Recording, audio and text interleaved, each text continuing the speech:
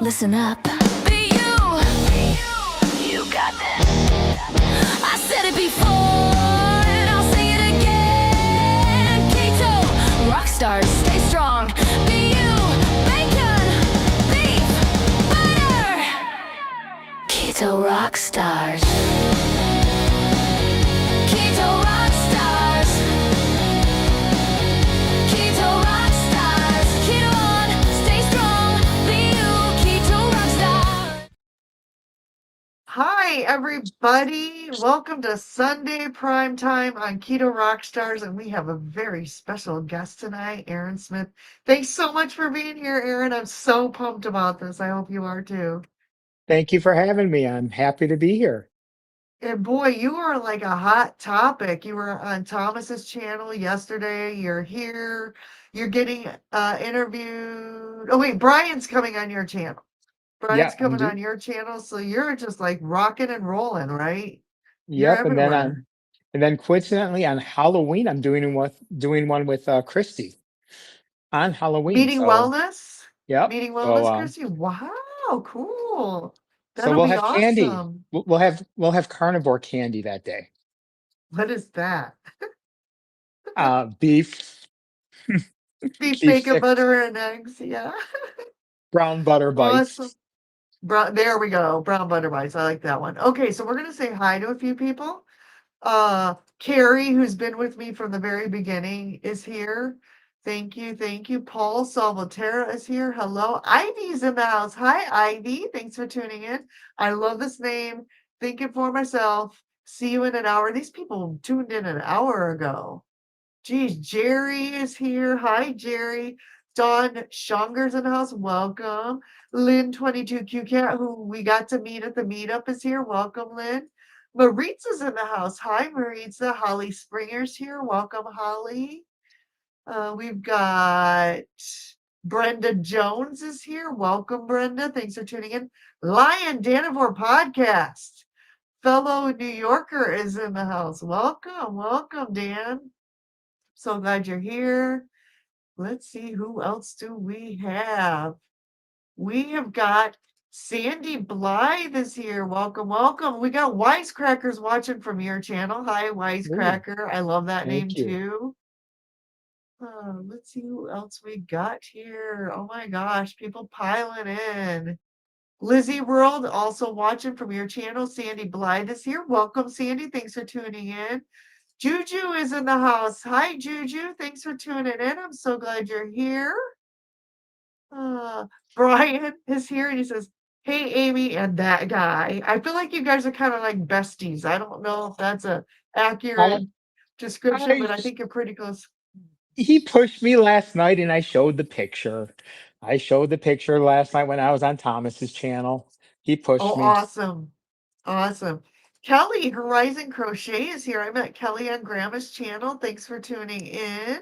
Hi, Kelly. Let's see who else. Oh, I got everybody. Okay, so tonight we're going to talk about Aaron and his journey. And you guys may have already heard this on Thomas's channel, maybe his on Aaron's channel. But sometimes when people tell their stories, new things slip out. So Aaron, tell us about your journey. Where did this begin? How long have you been on your healing journey? And feel free to start from wherever, from the beginning. Eh, Oh, let's start from the beginning. So when I was born 48 years ago, almost 49, it's kind of coincidental. I was actually very underweight and I had blood issues with my white blood cell count. So when my mom gave birth to me, she wasn't even able to hold me. They had to rush me to Children's Hospital. She was at just, I don't even know, honestly, I don't even know which hospital she was at, but they basically took me to the local children's hospital because I was underweight and really bad blood count. Luckily, it was nothing serious. I was fine, no issues there, but I just kind of find it coincidental that I was born underweight and I became the person I did. Um, so, really, for the beginning, as long as I can remember, I was always the biggest kid. I was always overweight. I couldn't tell you a time when I wasn't. And when I was really young, I would say through the elementary school to the middle school, like seventh grade or so in our, I don't know how the schools, run at different places, but being the biggest kid was very hard on me. No one wanted the big kid in class. I threw this question out yesterday. And people guessed it.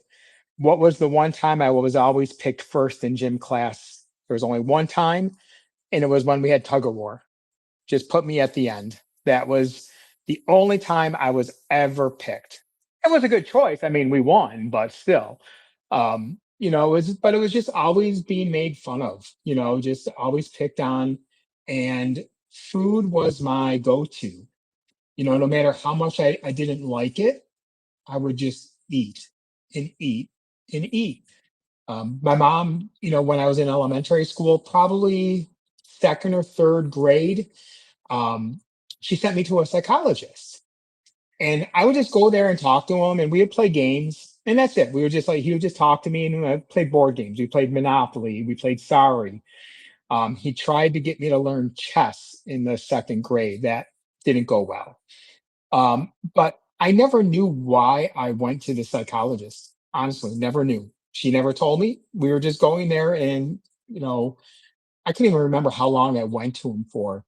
But it wasn't until probably like maybe late 20s that I asked my mom once, like, I remember going to the psychologist. Why did you send me to a psychologist?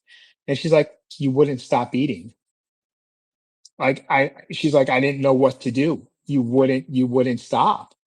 And, my family really wasn't, overweight or anything. My dad was.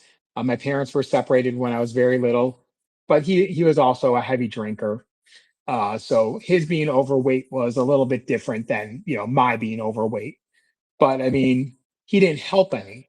He had custody of us on the weekends. My mom and stepdad had us during the week. But, we go to my dad's house, and I mean, to be honest, he was an alcoholic. There would be some days he'd pick us up and he would be drunk. I mean, the worst story ever was he picked me up like after my brother no longer had to go because of our age difference, and he threw up on me. That's how drunk he was. Oh, that's just a side topic, embarrassing story. But I'm when sorry. I'm oh, sorry. yeah, and that was kind of rough. But when we would go there during the weekends or even the summer when he had us for the week, it would be, what do you want for dinner?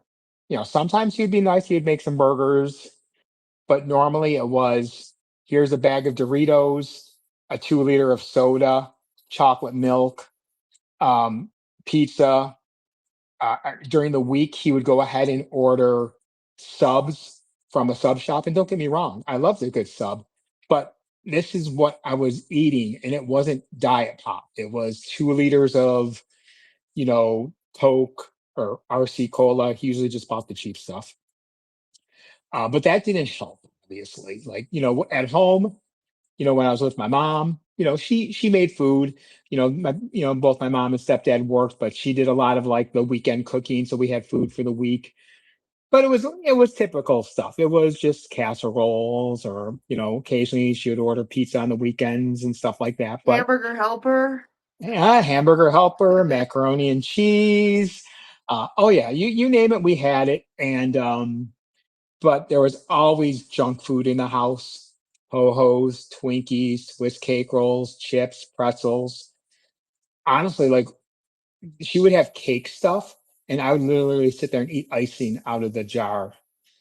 I think And everybody did that. I think that was a yeah, thing. well, I got in trouble one time because she actually needed that icing for cupcakes, and it was bad. I would eat, and I just ate, and I think a big part of it was because I was the kid picked on at school, and that's how I played with my emotions. I had my friends like in the neighborhood, like everyone, you're gonna have friends, but it was friends on their terms. It was like, Yeah. yeah, it was tough. Like when kids would have sleepovers, I usually wasn't invited. Um, and that's when my social awkwardness kind of started. when like I started not getting invited to things, that's really when it started for me when I was little and I grew up like that. It was just so hard. I mean, I remember one day going home, and this is the sandwich that I made. This was Wonder Bread, I wasn't eating healthy bread or nothing like that. I would literally take Wonder Bread, I'd put Lay's potato chips on it with pretzels, a slice of processed cheese, mustard, and mayo, and I would eat that as a snack. And I would eat like two or three of those a day. I don't know why that was such an odd combination, but I would do it. And and I don't know how much I weighed, because I never really stepped on the scale. I never paid attention when I went to the doctor. Like the doctor's always like, you need to lose weight, you need to be more active. And honestly, I would just go home after school and sit and play video games and stuff my face with junk food. And Oh that my was life. God. Yeah, that was my life up until I went to high school. I met one of my best friends when I moved in seventh grade, and he actually accepted me. He was just really nice to me, and we're friends to this day. He lives, unfortunately, he lives hours away now. He moved for work, but he's still someone I can talk to at any time. And then one of my first like real moments of like concern was I love playing football.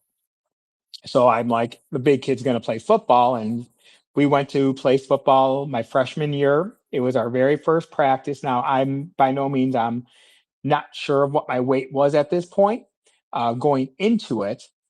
But the very first practice, we're running, we're doing like wind sprints and stuff like that. You do the 10 and back, 20 and back.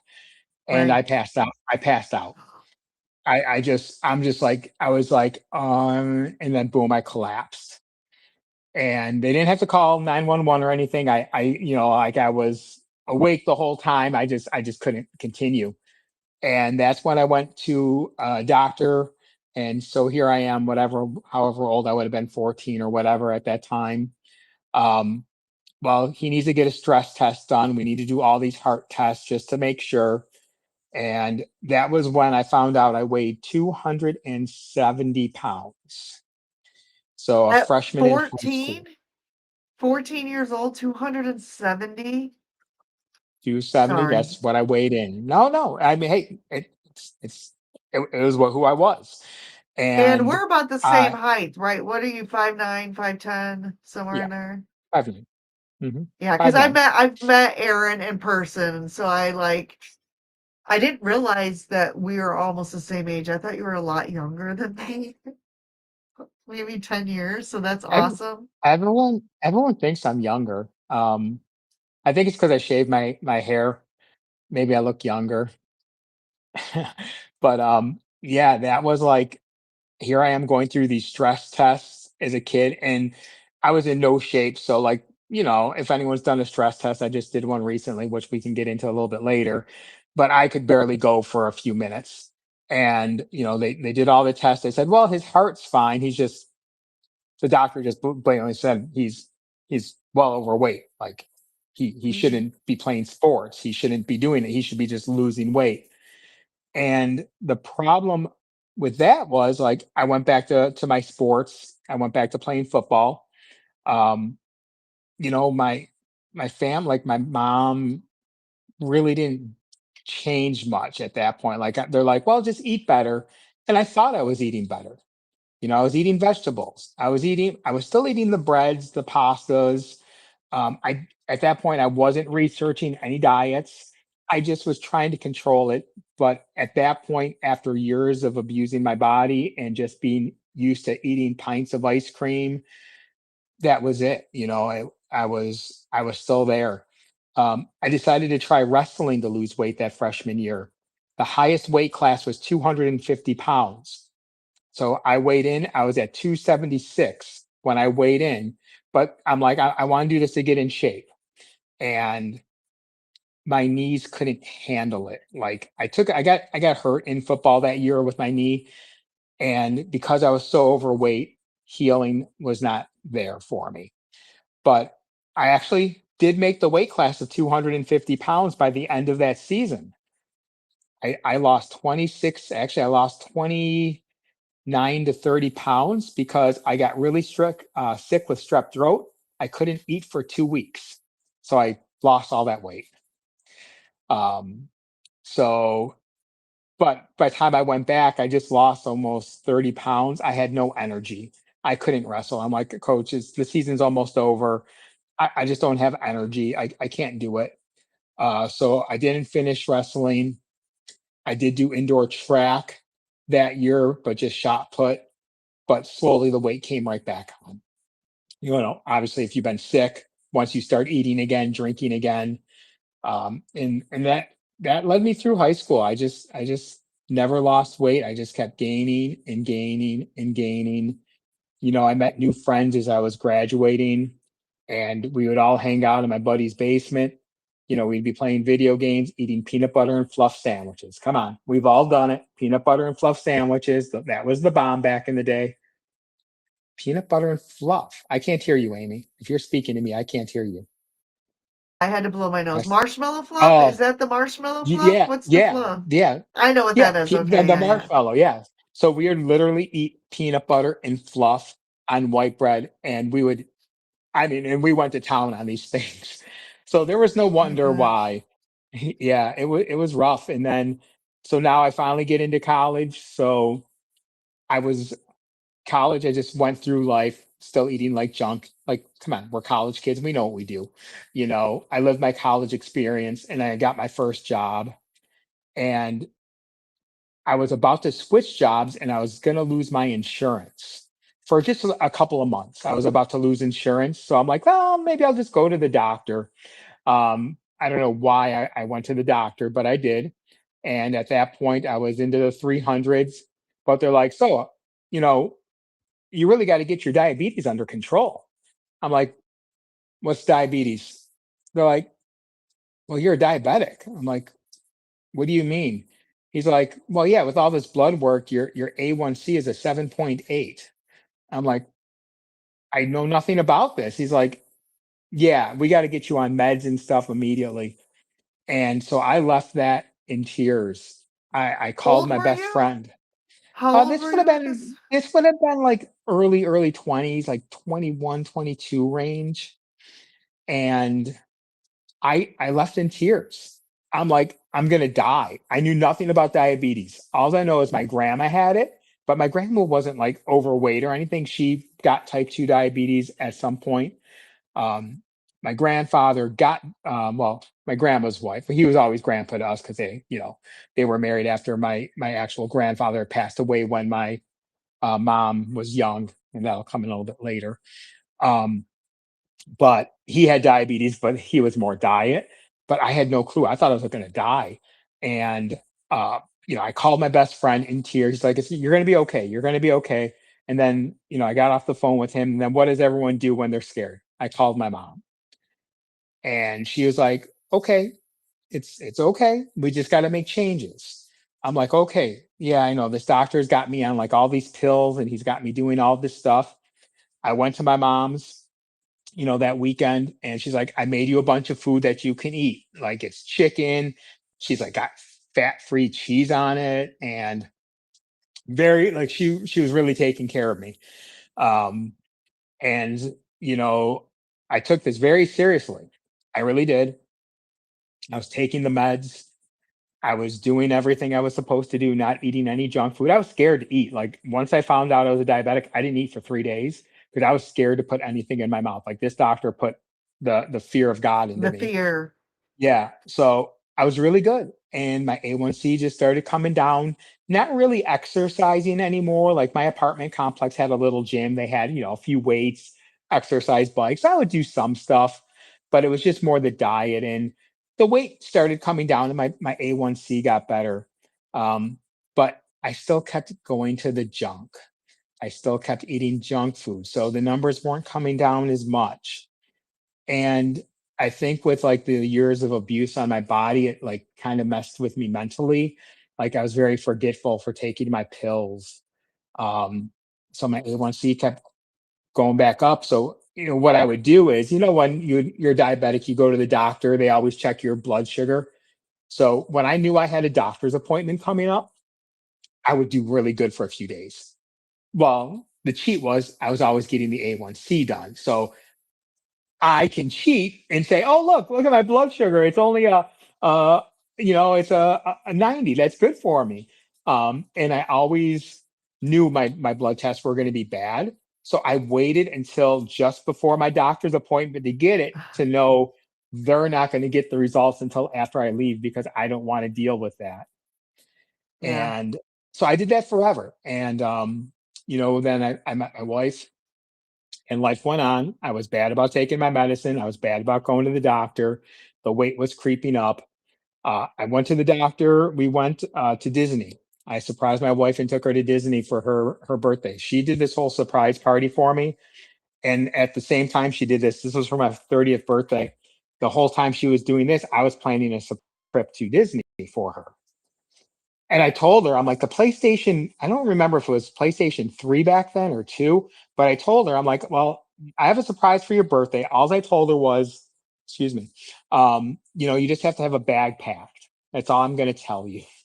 Um, so, we went to Disney and I'm thinking, oh, we're doing all this walking around so I can do all this, I can drink soda, I can eat the junk food. No, didn't Yep. work. Probably 6 months before that, my doctor basically looked at me and said, if you don't change something, you're going to be dead. You're not going to live much longer. And that really like freaked me out. But I just kept doing what I do. We got back from Disney and I weighed in and it was a ridiculous weight. That was probably about 330 pounds. And he's like, yeah, you did all this walking at Disney. You would have probably lost weight and your numbers would have been better. But what did you do? I'm like, I drank regular soda. I did all this. And, you know, it just couldn't stop. And at that point, I started trying all the different diets. You name it, I tried it. Let's go with what? Atkins, eat all the meat. Okay, this is good. I might have lost weight, but then I gained it back. You know what? You should try being a vegan. I'm like, okay, why not? Let's try vegan. Let's eat tofu. And that lasted the least amount of time. I think you should go vegetarian. Like, oh, okay. And nope, again, didn't last. I heard this one, eat all this pasta. Go on the pasta diet. I'm like, okay. So, No. yep. There's a pasta diet? I went on it. It was one of these like high carbohydrates, and they said, "Oh yeah, just eat all this pasta." I'm like, "Yeah, sure." And that's all I ate was pasta. So and we didn't have the internet like we have now to research it. So I'm just kind of going back with what people were saying. So yeah, basically, I did all of that, and it got me nowhere. And so I'm just always gaining weight. And finally, it came time. Me and my wife were like, "Well, let's have children." And it took us a while to have our first, but we actually learned along that process. Unfortunately, I'm a well overweight uncontrolled diabetic at this point. So I mean, I'm not ashamed to say it. I had issues. I had Yeah. issues. Fertility issues. Yeah. Exactly. But it wasn't like, we went to a specialist and, they're like, no, your stuff is fine. Well, the actual production part. But they said it's a good thing you didn't get pregnant because my wife's thyroid was really out of whack. And they said, well, most likely if you would have got pregnant, um, you would have had a miscarriage.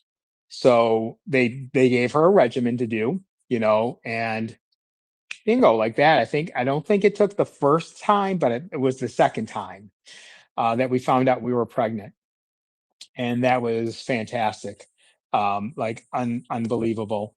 Um, That's and awesome. Can I and say hi? Take and a break to say hi yes, just to a couple oh people, and then I'll sure, bring us back into this. Okay, so we've got Loretta's in the house, Brian's in the house, Carnivore Lance is in the house, Jeff, Amanda, Jen, Donna Ray, Thomas, uh, Coach Angela, Jonathan's here, Werewolf 1980s watching, I think, from your channel. Just Jason Keto's here from your channel. Welcome, welcome. MXT704 is watching from your channel. And Diana's in the Mhm. house. Thank you guys all for tuning in. We really are glad you're here to listen to Erin's story. Okay, so you got pregnant. That was awesome. What happened next? We had a baby. She was coincidentally, she was actually due on my birthday. And I'm like, that would be so cool because my mom and grandma were born on the same days. Um, so I'm like, this will be really cool. So while we're doing the whole pregnancy thing, well, the term, I'm like, I've tried everything. I'm really lost. I I had nowhere else to go. So I finally talked to my doctor and said, I've talked to a few people about this. What do you think about gastric bypass surgery? And I kid you not, yes, let's do it. He didn't try to talk me out of it. And I had actually already reached out to a surgeon in our area just to ask questions. And so I kind of was already like set to do it, but I'm thinking, well, let's see what he has to say. Nope, we didn't. He's like, yeah, absolutely. And because I was scared now. Like I'm still at 350 pounds. I'm an uncontrolled diabetic, and we're about to have a baby. I can't leave my wife with a baby. Right. And so I went through, the meeting with the surgeon. And at that point, my daughter now was born. And we always said if we had, wanted multiple kids, we're going to do them close to each other. So in between the process of doing the surgery, I hadn't done the surgery yet. We went back to our fertility specialist. Such a great guy. And he's like, so you guys are ready to have another one? I'm like, yep. He's like, are you still having the same issues? I'm like, yep. He's like, okay. Well, he's like, let's just make sure everything's working still and do it for you as well. And so, because obviously when you're doing it, IVF, you have to take a sample. And when you give the sample, you only have so long to get it there. So here we are. She's like, okay, it's that time. I'm like, okay, we got to do it on Monday. So we're about, say, a 20-minute drive from where we have Oh to my take it. gosh. And say you have, I think, say it was a half hour or whatever the time. I don't remember the exact time or hour to get the sample done. So I do it and I'm like, let's go. We're in the middle of a blizzard, basically. I'm like, I don't know if we're gonna make it on time. And I'm like, let's go, let's go, let's go. And luckily we got there just in the nick of time. And it took, and now we were pregnant with our second child. Awesome. And so now what my wife had to deal with is, because being pregnant is stressful enough. Well, guess what I'm doing 4 months before Surgery. we're giving birth? Oh, Mm, you had yep, gastric bypass while she was pregnant? My gosh. yep, That's stressful. yep. Oh my So gosh. yeah, it's very stressful. And so we're going along. I'm not like other people. I didn't have to lose any weight beforehand. I just, I had to do my psychological testing, normal blood work. My last recorded weight before surgery was 365 Oh pounds. my gosh. Now, I'm pretty confident I was well above that at one point, but I was confident I got below that because, right before the surgery, I had to do the the drinks for 2 weeks, like a liquid basic diet. Yeah. So I definitely felt like I was losing weight during that. So, here we are, my last meal, coincidentally before that was Thanksgiving. That was the last meal before I had to start my fast. And so I pigged out. I just pigged out at that, ate all that food, loved it, started that 2-week journey. And then here comes the surgery date. And you know how before major surgery, you can't be sick. That whole week beforehand, I felt myself getting sick. Oh I'm like, oh no. no, no, no, I don't get sick. Don't get sick. Don't get sick. Please don't get sick. And I didn't get sick. So we have to get to that hospital. We're there bright and early, and they're just like, just talking to you. And I'm just like, hey, how's it going? They're like, why are you here? I'm getting gastric bypass surgery, as you get asked a million times. So that morning, my wife was allowed to stay with me up until like maybe an hour before the surgery because they wheel you into the waiting area. And my mom was there, and they're like, okay, so, say goodbye now. So here I am. I'm just listening to beeps, beeps, beeps. And people kept, like, the doctor came in and said, hey, how you doing? And then the anesthesiologist came in, really nice looking man, very sharp dress. He's like, hi, my name, whatever, his name was John, whatever. And he's like, I'm your anesthesiologist, I'll be with you the whole time. I'll let you know everything that we're doing. I'm like, okay. I'm like, can you just do me one favor? When you're ready to knock me out, can you warn me first? Like, whatever, when you put the mask on, can you warn me? He's like, oh yeah, no worries.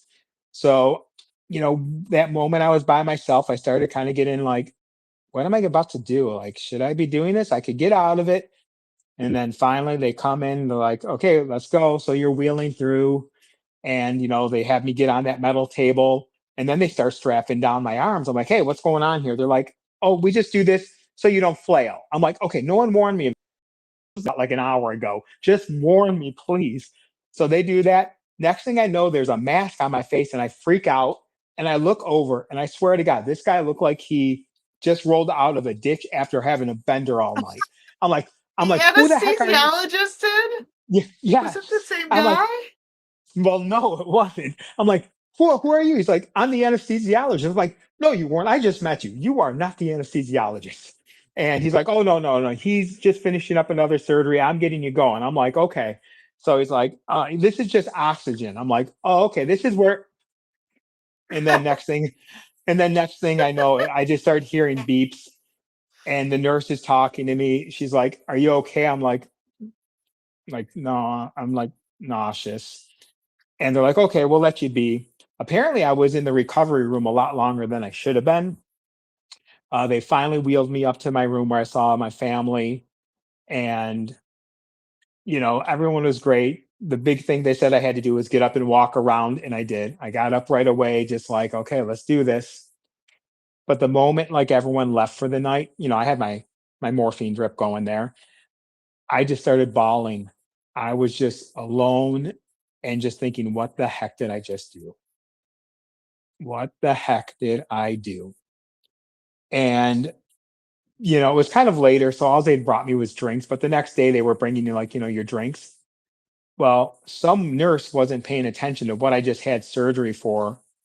They brought me a plate of food, like eggs, toast. I'm like, I, I, I don't think I can eat any of this. She's like, oh my God, I'm so sorry. And I'm like, yeah, Oh, that's not good. So so that you was the didn't eat sur it. You didn't eat No, it, no, right? Oh, no, good. no, no, no, no, no, no. I was very scared to eat anything, even when they told me I could start with the soft foods.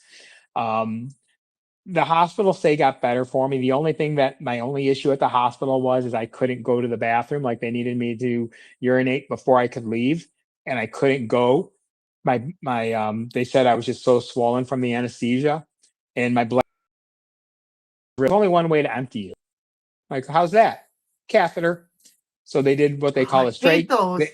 They did a straight catheter, like in and out, and it felt great. But then the next day, I still wasn't going. So they put the Uh, catheter in again. And they're like, we're leaving it in this time because we don't want to keep doing this. I'm like, okay.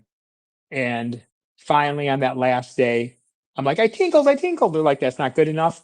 They just rushed IVs into me. And then I went home. Uh, Hardest part about going home was not being able to lift up my daughter.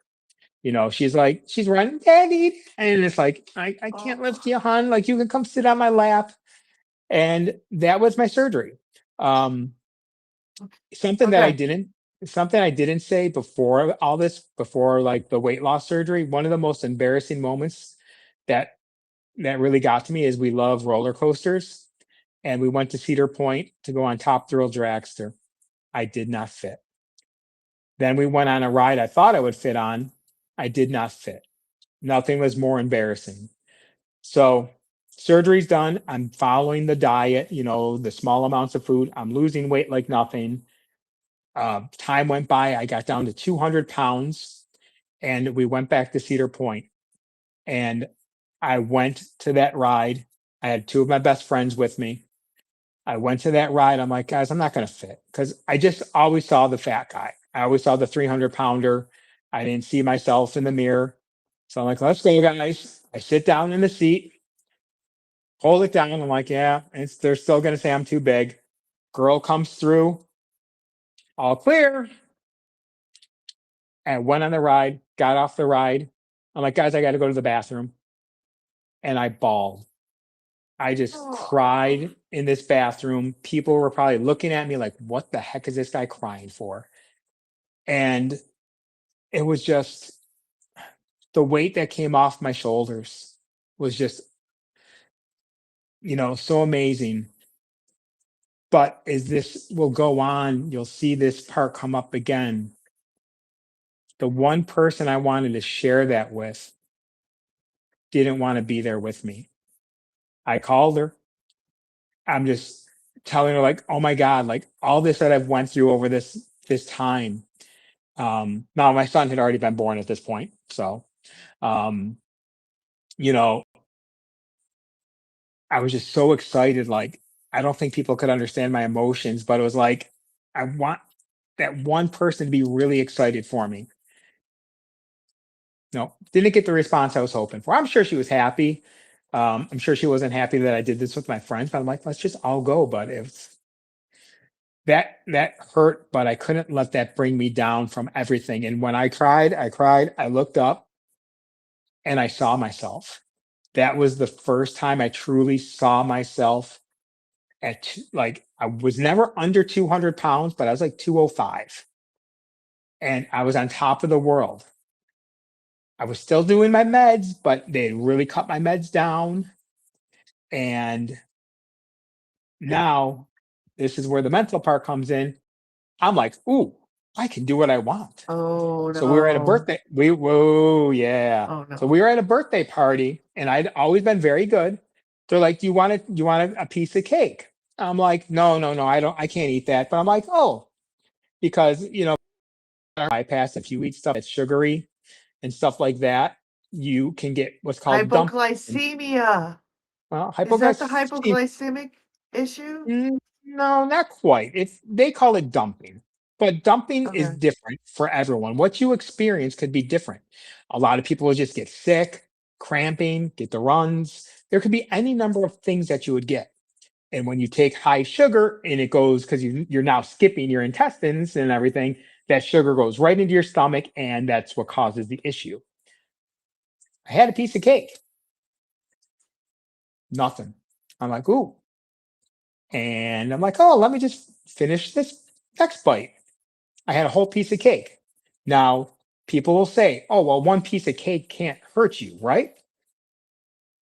Wrong. That was the beginning of the end for me because I knew I could eat junk food again. I'm like, oh my God, I thought I was never going to be able to eat a cookie. I never thought I could do this. Now, I couldn't eat the portions. I couldn't eat, that same portion. And even to this day, you know, I can't eat the same portions of some stuff. My weakness back in the day was those darn graham crackers, animal crackers, because things like that, they powder up really good. You can get a lot of those in before you really feel it. Before you knew it, I got back up to 270 pounds. My So gosh. like all the naysayers said, you're just going to go back to your old ways. And I said, no, I'm not.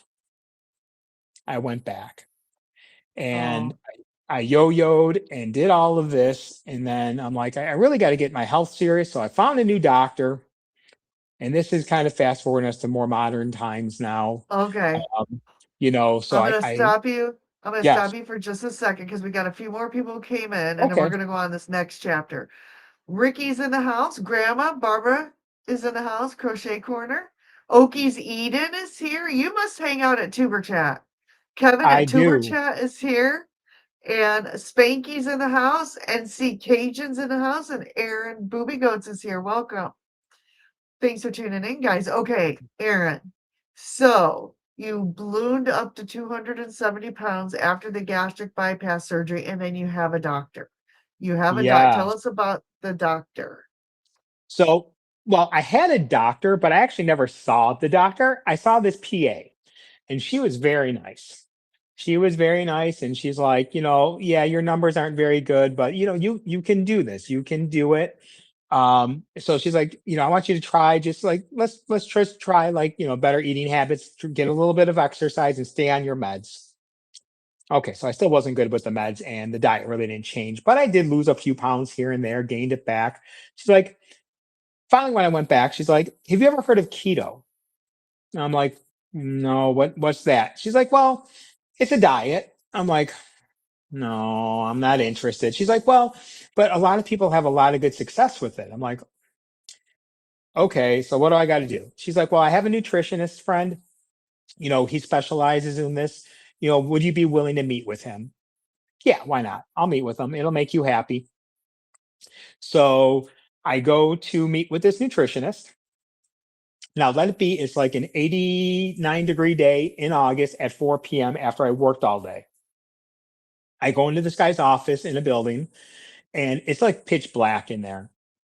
I'm like, oh, I fall asleep. And he was a real, nerdy type, I would say, that real, like that, that, like, that really knowledgeable guy that, you just, no offense to anyone Yeah. out there that is that. But yeah, so he's putting up like diagrams of ketones, and they look like music notes to me.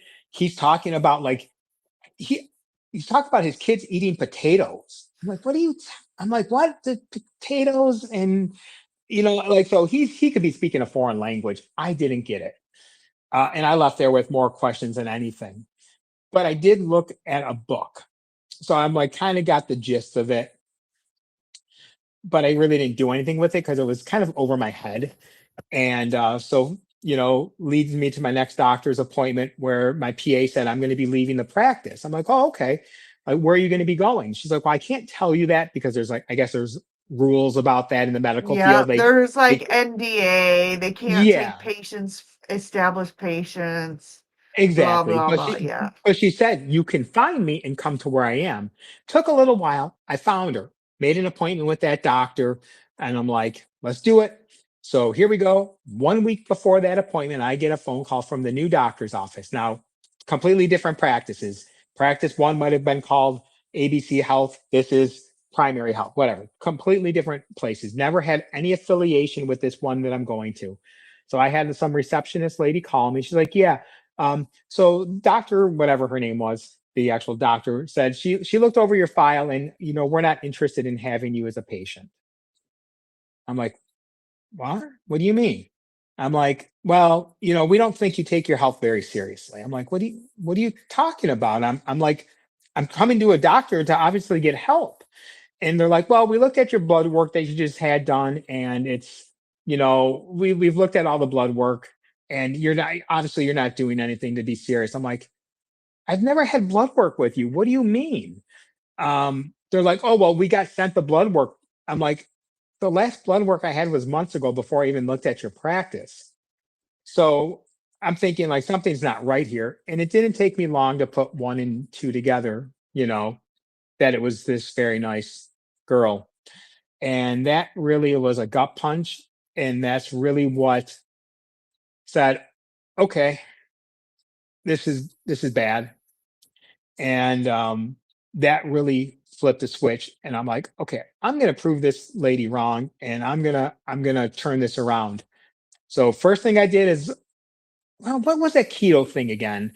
And typed in keto, and I'm sure everyone in the chat types in keto, and the same person comes up all at once, Dr. Barry. And this is when he What was keto. what year was that? 2018? Because that's That when would I have found him. been, yeah, that would have been right around, yeah, that had to be right around there, somewhere around there. It was right before he went carnivore, so maybe it was a little bit, yeah, because it was pre-COVID. So yeah, so I'm horrible with things like 2018. Yeah. years and stuff, but I'm like, what is this Dr. Barry talking about? And it was making sense because he spoke to me like I'm a person. And that was when you could actually go into Dr. Barry's chats on Monday night, ask a question, and he would actually answer it without you having to do a super chat or anything. Yeah. And I just told him, like, my doctor, doesn't want me because they don't think I take my life seriously. And I'm going to prove them wrong. And I got his, the doctor, the 10 or the truth that, or the lies that my doctor never told me, or whatever, however the book was. He's like, when you reverse this, give me that book and I will sign it for you. And you can give it to her and say, who took my life seriously? So I was motivated as all heck. I got strict. I downloaded a carb app. I'm like, nope, I can eat this broccoli. I can eat all this. Great success. New doctor. She's like, you're doing amazing. I'm like, thank you, thank you. She's like, actually, I'm going to take you off all your meds right now. And I got back down to around that 200, never fracking the 200s, but right around that range. And I'm like, oh, yeah, I know what I'm doing now. I'm great. I'm great. It's fantastic. So she took me off my meds. I'm like, I've reversed this. And then, yeah. What happened? What happened was I wasn't ready. I wasn't mentally ready. I went back to old habits. Not as bad. I gained weight back. And that was when I probably at my max would have maybe made it back to 250. But I didn't see it, like the body wasn't coming back the same way, but the weight was. And so back on all my meds and just living my miserable life. And just, you know, I used to coach softball. I umpire softball. My daughter and son play sports, and I'm just this leads us to last April, well March actually. I'm just like I'm sick of this. I'm battling with all these issues from being a type 2 diabetic for years of abuse. I had neuropathy in my feet, obviously my other issues. I had floaters in my eyes, and I was just done. I'm like, I I'm gonna be dead. There is no way I'm gonna live. I've put myself through years of abuse. I can't control it. One night I was literally waiting for my daughter in a practice, and I was in tears just because I'm like, I have nothing more to do. And that was when I was still with Dr. Barry, Dr. Fong, Thomas DeLauer. But then I stumbled across another channel, and it was Carnivore Quest, Larry and Cassie Cass. and Larry. Yeah, I know. I follow And them. when I saw Larry, like, that's me. That is exactly me. And they just talk about their struggles going up and down. I'm like, you know what? I know I don't have accountability, because even though I try to do better, my household, which we can get to later, Mm. was a hurdle, an obstacle. So I followed Larry and Cassie, and they're the ones who I clicked with. And I think because they were just normal people like me. Larry is a normal guy just like me. And I'm like, you know what? And he's gone up and down too. Like, and Exactly. Cassie has too. They've struggled, and everybody struggles. I'm sorry if anybody comes here, including myself, a health coach, and say that I don't struggle daily, then they're probably not the person you want to hang out with, because they like, if someone comes to you and says they're perfect, wrong. Because they're not perfect. Nobody's perfect. Nobody on this earth is. Dr. Barry's not perfect, right? So as much as we Well, put him on a pedestal, nobody's perfect, right? So find your tribe, find the people that you trust, and that's the key to being successful, I think. Anyway, go ahead, Aaron. yep. I just was So bursting there. I had to say something. you're fine. So that's when at that point I'm like, I have nothing to hold me accountable. You know, if I go off the rails and I eat a cheeseburger with all the junk and French fries and a milkshake, I can come on here and say, oh, I had a cheeseburger patty. Mhm. I didn't have a milkshake. What are you talking about? Yeah. So I decided, I'm just going to try this video thing. And I made a video that next practice while she was in there. I was in my car, and I said, this is what I'm going to do for the next, I think I said 30 days originally. Mhm. I'm going to try this carnivore. Like, I like my coffee with cream. I'm not going to give that up, but I'm not going to have diet soda.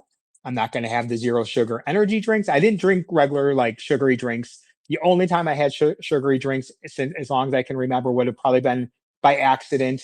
I got the wrong drink or something like that, or I just tried someone's. But I haven't drank regular pop in forever. I can't stand the taste. But I'm like, I'm gonna give this a good, honest effort. So I started that. I'm like, I'm gonna start April 1st. We're on March 31st comes out. What the heck? Why am I waiting? I'm just gonna start today. Uh-huh.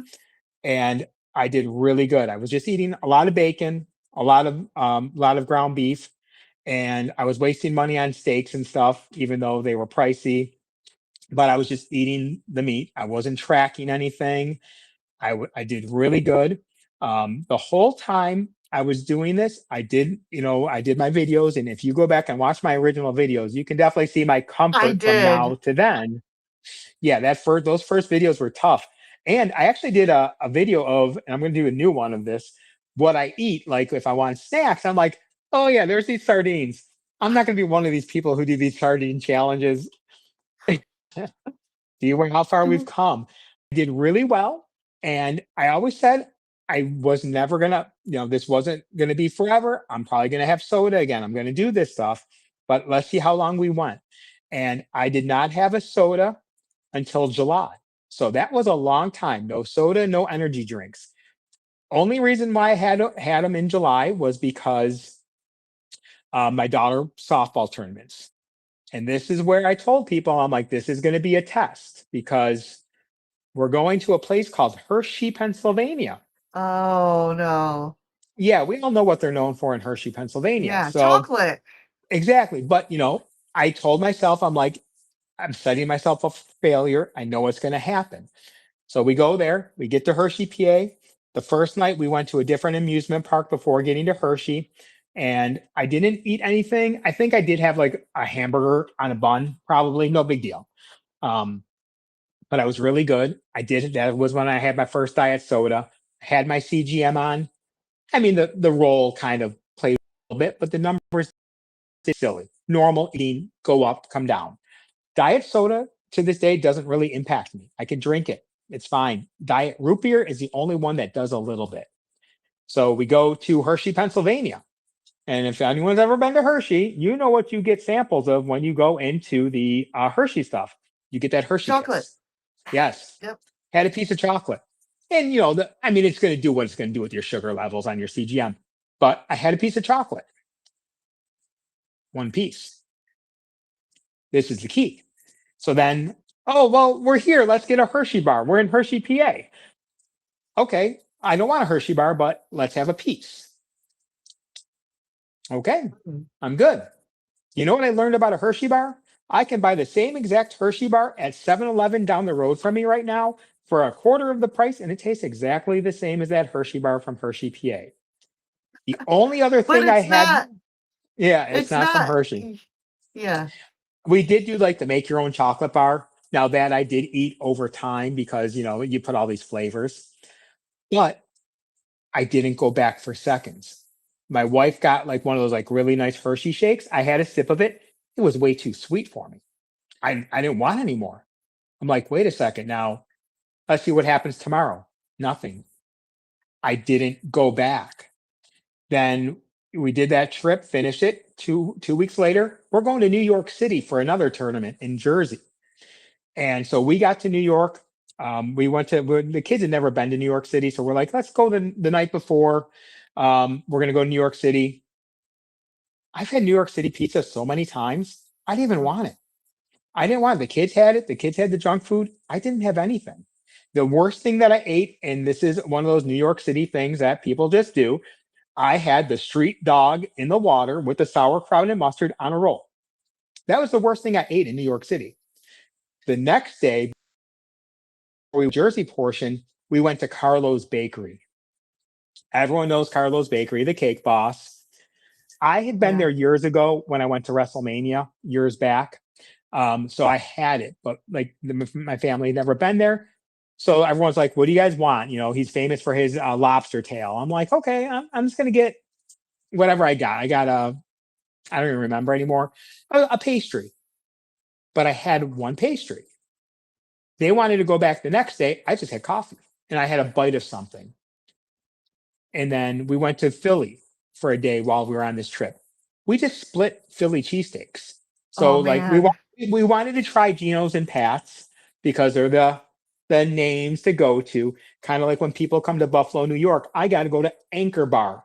I wouldn't send you to Anchor Bar if you were my worst enemy.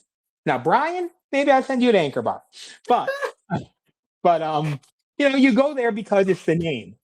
We basically got two full subs and one at each. We just split into quarters and that was it. You're going to try it. Got home, my numbers were a little bit higher because I did eat a little bit of junk. Yep. But this is where the past times didn't go back. I didn't slip. I controlled it. Those And 4 months. do you attribute carnivore and how it changes us and it changes our mind, our metabolism to all of this, that you were able to do these things and not like in the past where it was like game over? This time it's like, nope, it's like it didn't happen. Just keep on, keep it on. Yeah, yeah, it was 100%. Like those months took away the food noise. Like, we all have our tools available. You know, I used the tool of gastric bypass surgery, but I didn't know how to use the tool. I had a hammer trying to screw something in. And that's why I failed. And when I did keto the first time, that's why I failed. I wasn't mentally ready. I wasn't prepared. But, whatever finally clicked, it clicked. And I didn't have the food noise. The one thing I did learn right after that is I do need variety. I can't just do all meat all the time. So now I cheat. I cheat on carnivore. Call the police. I have some fried onions. I have some grilled asparagus, fried peppers, but that's really it. Maybe a little broccoli and cauliflower every once in a while. But for the most part, I'm pretty I call myself for the most part like 85, 90% carnivore, another 8 to 10% keto. And then I still have that 1 to 2% treat myself because I'm human. I have a friend at work who used to make bakery products. So, she'd bring something in for everyone.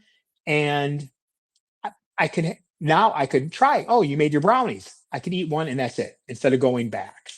So that has led me to where we are today. Um, Minus one little part. What's that? Well, that includes Mr. Brian Airy. I've been coming in these chats forever, just kind of minding my own business because as everyone knows, I have a social anxiety issue. Yes.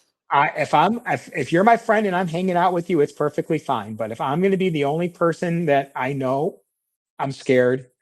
I would sweat. I would drive there and turn around and go home. And that was going back from when I was a kid. And I've never gotten over that. But as I'm coming through these groups and seeing people, I'm always wondering, like, why isn't anyone really conversing with Larry or, Dr. Barry? I didn't count because everyone was just there asking him questions. But like these smaller groups, why is no one talking to them? They're all just talking to each other. But this Brian Airy name kept coming up. And I'm like, why is his name? Why is this guy's name sticking out? I mean, I see the name Spanky all the time. Why wouldn't Spanky stick out to me more than Brian? And then that's when I joined the Kills group earlier this year. And so probably maybe April or so was when I just, because I saw Dr. Kills once a while ago and I thought he was kind of weird looking. I'm like, this guy seems kind of weird. I'm just not interested. But I went back to it. But the whole time, I'm just seeing Brian's name and I don't get it. This is weird. No one's talking. Everyone's just talking to each other. What kind of support group is this? And then eventually it clicked. The community. I finally understood it. If I would have understood, or if I would have found these communities years ago, it would probably helped. But I finally got what the community meant, what the tribe meant. Because I heard Dr. Barry use that tribe term before. And that's like, I started following Chris Cookie Nashville and Two Crazy Ketos and everyone over the time. But I finally understood it because I saw this guy, Brian, just saying hello, hello, hello. And it clicked. And, I was talking with Alia and she's like, oh, Dr. Kills has a thing coming up in Syracuse, which isn't horribly far for me, but I don't know anyone. I know no one, and I'm finding every reason not to go. And I umpire, so I easily could have games on a Saturday. My daughter has games. I use that excuse. I mean, I didn't block the day, so I got scheduled. So in theory, I could have blocked that day and left it open, but I didn't go because I was going to be afraid that I was going to drive all the way to Syracuse. I'm going to sit in my car. I'm going to see people going in. I'm not going to know anybody. If I go in, people are just going to be like, who is that? I'm going to be standing in a corner by myself, or I'll be sitting in my car on my faking like I'm on a phone call. Oh yeah, yeah. Like you see people going in. Oh yeah, yeah. And then I was going to turn around and come home. So I had an excuse. I had to do an And you umpiring game. didn't go. I really wish you would have No, gone. nope, I didn't go. And then Healing Humanity. I just out of nowhere emailed. I'm Oh like, you guys should yeah. have something. You guys should have something in New York. I'm like, this would be really cool to see. And they're like, well, if you want to try and get a screening. But coincidentally, the next day I go online and they have one in Toronto coming up, a few weeks later, obviously, not that next day. I'm like, it's only a 2-hour drive. The dinner's there. A lot of tickets are available. I'm like, yeah, but again, you're not going to know anybody. I don't buy the tickets. I just keep going. I keep looking, but I keep looking at the ticket situation. And the tickets are like, okay, the dinner's still, I mean, are they going to cancel this? It doesn't look like anyone's actually going. But as it got closer, those numbers started dropping, of course. I'm like, you know what? I have my umpire money saved up. That's kind of my play money. I purchased the ticket to the dinner. I purchased the movie ticket. Day of the day comes. Everyone's probably seen my video.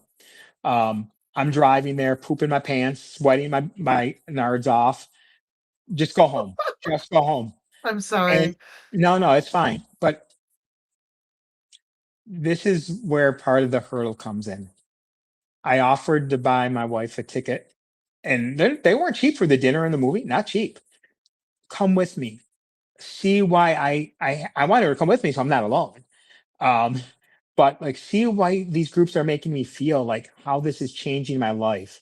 Like I'm not. I'm yeah. Do I try to push it a little bit? Yeah, but I'm not forcing it. Like I'm not like you need to do this. I just know it would help. I'm driving. I'm just wearing like I'm definitely not wearing like what I'm going to wear to dinner. So parking in Toronto is horrible. Not as bad as New York City, but it was bad. So I found a parking spot. I always get somewhere early when I don't know anyone because that way I can talk myself out and leave. So here I am. I'm like, now I'm thinking, where the heck am I going to get changed? So like I have nowhere to get changed right now. So I'm just getting changed in this like parking lot. I'm like, there's a camera, but I put on a pair of jeans. I bought these jeans 2 days before from Walmart, um, but they were size 32. I couldn't tell you the last time I wore a size 32. I could have probably went down to a 31 even, but I'm like, I'm just gonna get this. Oh, And I get dressed. I'm like, I'm just sitting in my car. I'm sweating, and I'm like, it's like 1:45. I'm like, I should go. I'm like, I'm really about to cry. I do my last little video. I go walking in the corner to where the restaurant is, and I'm like, okay, there's a few people there. A couple of people got Healing Humanity shirts on, and I could make carry out. His back was to me. Oh, reverse that pause. The night before, I was telling grandma about it. And grandma's just being, I'm like, I'm so nervous. I'm not going to know anyone. My anxiety is horrible. She's like, I remember that yeah. night. She's I like, remember that. she's like, give him a hug and tell him grandma sent you. I'm like, grandma tells you to do something. You You do can't, it. you don't, I mean, no, Yeah. no, no, no. Grandma tells you to eat that, you eat that. So here I go, and I walk up, and I'm just, again, I'm sort of joining the group, like the circle a little bit, but I'm just like, hi. Someone's like, hi. And Carrie's talking, so I'm not going to interrupt him when he's talking. Right. But I think everyone could tell I was not comfortable. a gentleman walks right up to me. He's like, "Are you here for the show?" I'm like, "Yeah." He's like, "My name's Dwight." I'm like, "Oh, hi. My name's Aaron." He's like, "Oh, nice to meet you. We appreciate you coming out." Next second, Adam Lacey comes up, introduces himself. I'm like, I'm right there and now I'm starting to calm down. And then Carrie makes his way over, like he's introducing. I'm like, "Hi." I'm like, "Can I give you a hug? I'll explain why afterwards." He's like, "Yeah, I love hugs." So I give him the hug and I'm like, "Someone told me last night to give you a hug. Can you guess who told me to give you a hug?" He's like, "Someone told you to give me a hug? 1,000, 1,000, Barb." I'm like, "Yes." He went on about grandma. He He is loves her. I so, know he does. yes, I he is know. so inspired, but like having that connection of grandma, we just talked. So now we're going inside, still have a little bit of that fear. So I'm like, there's a woman sitting there. So I'm like, "Hey, can I sit here?" She's like, "Yeah." So I had this woman sitting next to me and this young kid sitting next to me. And then Carrie was literally right across from me. So we just talked, like just to have a conversation. And I'm telling this woman and the woman next to her all about my story. I showed her a picture. One of my pictures of my journey was me like at an apple tree. That was around my biggest. But she's just really taken an interest. And then Carrie's talking to this young kid, and his name's Dante. So I knew from an earlier thing that he mentioned the name Dante. I've heard the name Dante in this carnivore world before, so I'm thinking maybe it's this Perigno? Dante well, that's the Was name it? that no, it wasn't. I've just Wasn't heard him. the name. Okay. No, but I've heard the name before. So I'm like, because earlier I saw his live when him and Adam were driving up. He's like, "Oh, even Dante's going to be there." So I just think, well, maybe it's this Dante person I heard of. No, it's this young kid. So Carrie's talking to them, and I'm just talking, and I'm like, they're talking about like, Bill Knott was in the story, and we were talking about grandma, and this woman's just like, telling me I've done really well, but they're talking about Jeff, and I'm like, I have no clue To what they're talking about. prosperous. Oh, So and so I'm like, guys, I don't want to sound rude or like ignorant. I don't know much about the movie. Who's Jeff? And the woman looked at me. Well, that was my husband, and that's his father. My I'm wow. like I'm like and that moment just changed the night for me. I'm like, this woman like took a genuine interest in my story, and like this is about her husband. And I was walking, we finished dinner, and I wanted to get a picture with Carrie, but I'm like, dinner wasn't the place to do it. And I just do a little quick film, and I'm just kind of crying there, like this person, like I don't. And I didn't know anything about the character, so I didn't know Jeff had passed away. But Yeah. knowing what was happening, but this woman took an interest in my story, and like we're here for something about her husband who's passed away. So, we go to the movie. I'm in tears, like watching this Jeff story the whole time. I'm just like, she was actually sitting in the row behind me. Movie ends. She was like, "It was very nice meeting you." I'm like, "Very nice meeting you." Talked to just for a minute. She went to say goodbye to Carrie, but then I just kind of sat and stared at the movie screen. Like I was like the last person sitting there, and everyone else was walking out. And I'm like, "Oh, I think I should leave." But I'm like, I want to do this the thing for Carrie. Like I just saw Healing Humanity, and I did that, and I just talked with Dwight, Adam, and Carrie. I felt like a half hour easily. Wow. Just talked, and it just changed my whole aspect of like I followed Carrie before, but not like now. I'm like I follow his daughter more than him, and He's it down was to just earth. Isn't he amazing. such a nice guy? Isn't he Very, really very, nice? very nice guy. And here I am. I'm like in tears walking back to my car. I did my little video that did really well, and then that whole night just changed my experience. Like I'm not dumb. I can't quit my job and become a health coach. But I want to help people. Fast forward to going to Dustin's meetings. He's like, "Oh, Oh, I'm doing this Indiana meetup." I'm like, "It's only 8 hours." I'm like, "Dustin, you want wings? Come to Buffalo." And I just kept playing with the idea. I was like, yeah, I'm not going to do it. And then that night before, we were all in Lance's channel. Me, you, Kelly, Lance, Brian, we're all in there. And I'm just like, nah, yeah, I should go. And Brian's just like, just do it. I'm like, Carrie, how far are you from there? He's like, 6 hours. I'm like, that's only 2 more hours than me. That's not bad. We all ended the chat. It's about 8 something, 8:30. I'm like, well, if I leave now, I could get there early, sleep for a little bit in my car or something, and I could drive home, be home.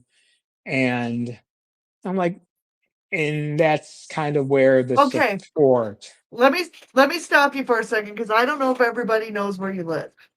You live in Buffalo, New York.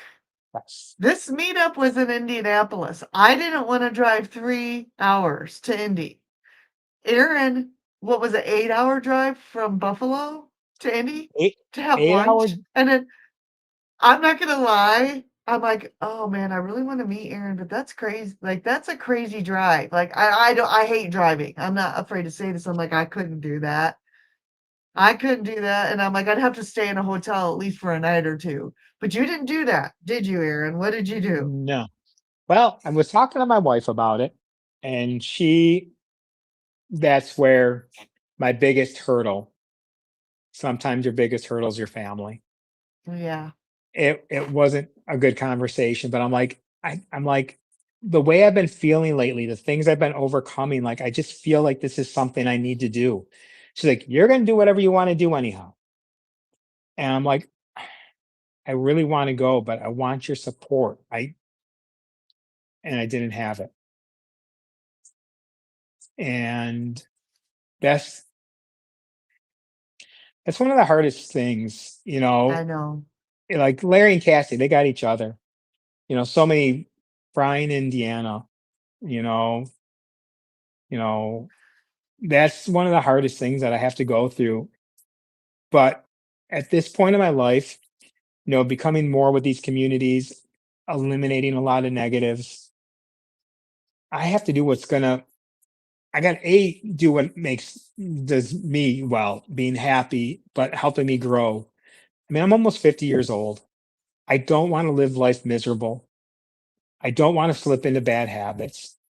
I don't want to go through depression because the last time I went through depression was right after my dad died, or not my dad died, excuse me, my brother died at 39, had a heart Oh, attack.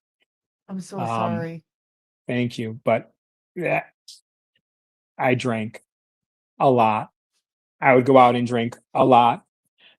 I mean, I don't know, someone was looking down on me. Maybe it was my brother, but I don't know how I ever got home at night. And it was really bad. We actually moved to Indiana for a year because I was trying to run away from my problems, and it didn't work. And so we moved back to Buffalo. Um, but that's been like, I want my family, when I cook for them, they eat what I eat. But I want them to like, you don't have to go carnivore. Even when I'm health coaching, you don't have to go carnivore. Heck, you don't have to go keto. Make better choices. And so I made the decision. I'm like, you know what? I'm going to sleep for a couple hours. I want to go. I'm going to set my alarm for 1:45 a.m. If I wake up and feel good, I'm getting in the car and going. 1:45 came. Like, oh, okay. Close my eyes. Like, oh, great. I fell asleep. It's probably like 5 o'clock and I have no chance of getting there. 2:30. Woke up, got dressed, I took a shower, got dressed, got in my car, and probably around Columbus, Ohio, I started saying, "What are you doing? Go home. It's only a couple hours to get back home." I didn't. I got there. Um, then I was once again in that, not as bad as what it used to be, but I was pooping my pants. Like, I'm here. I'm gonna have to go in, but I'm like probably gonna sit by myself. No one's gonna say hi to me.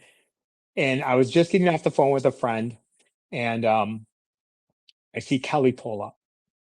I'm like, that's Kelly. Hello. Who the heck's with Kelly? His daughter. I'm like, kicks me in the butt. But if I would have asked my daughter, she would have come with me. She would. I Really? saw. Yeah, she was already in bed when I was kind of floating the idea, but she would have come with me. And I got out. I just beeline to Kelly because I knew him. He knew me from seeing me on here. So boom, that was my security blanket.